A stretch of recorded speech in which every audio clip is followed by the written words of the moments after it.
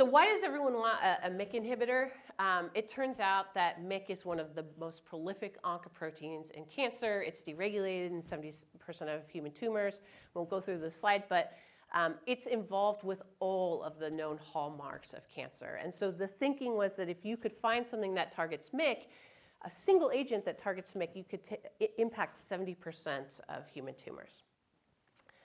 It's a little more challenging. As you're sitting here listening to me, 15% of your gene expression patterns are being regulated by MYC. It has a whole bunch of housekeeping functions. It's important for normal function. If I'm wrestling with my kids at home and one of them scratches me, I need my MYC levels to go up slightly to help with the wound healing process. But in cancer, you have these super physiologic levels of MYC that really drive unrestricted growth and proliferation, giving rise to tumorigenesis. And so what you would really like is not something that blasts MYC away, but that attenuates the amplified levels of MYC that are associated with cancer. The problem is, why was everyone asking me for a MYC inhibitor? It's because people have been trying this for quite some time in all sectors. MYC is hard because it binds to a lot of different proteins.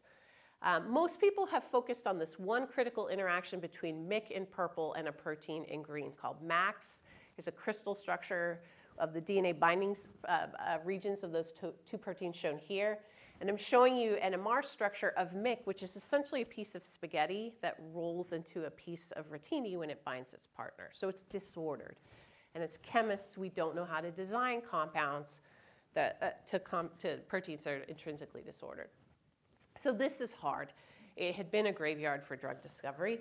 And we spent a lot of time in our lab trying to find binders to MYC that would break apart the MYC-MAX interaction. After 10 years of struggling, we decided to take a step back and look at the biology surrounding MYC. There are 3 different MYCs. They bind to this protein MAX, form a heterodimer that activates transcription. And in cancer, you really want to sort of attenuate that signal. MAX can bind to itself, form a homodimer, and that will bind to the same parts of DNA and repress transcription. And moreover, MAX binds to a bunch of other proteins, forms heterodimers that are also repressive.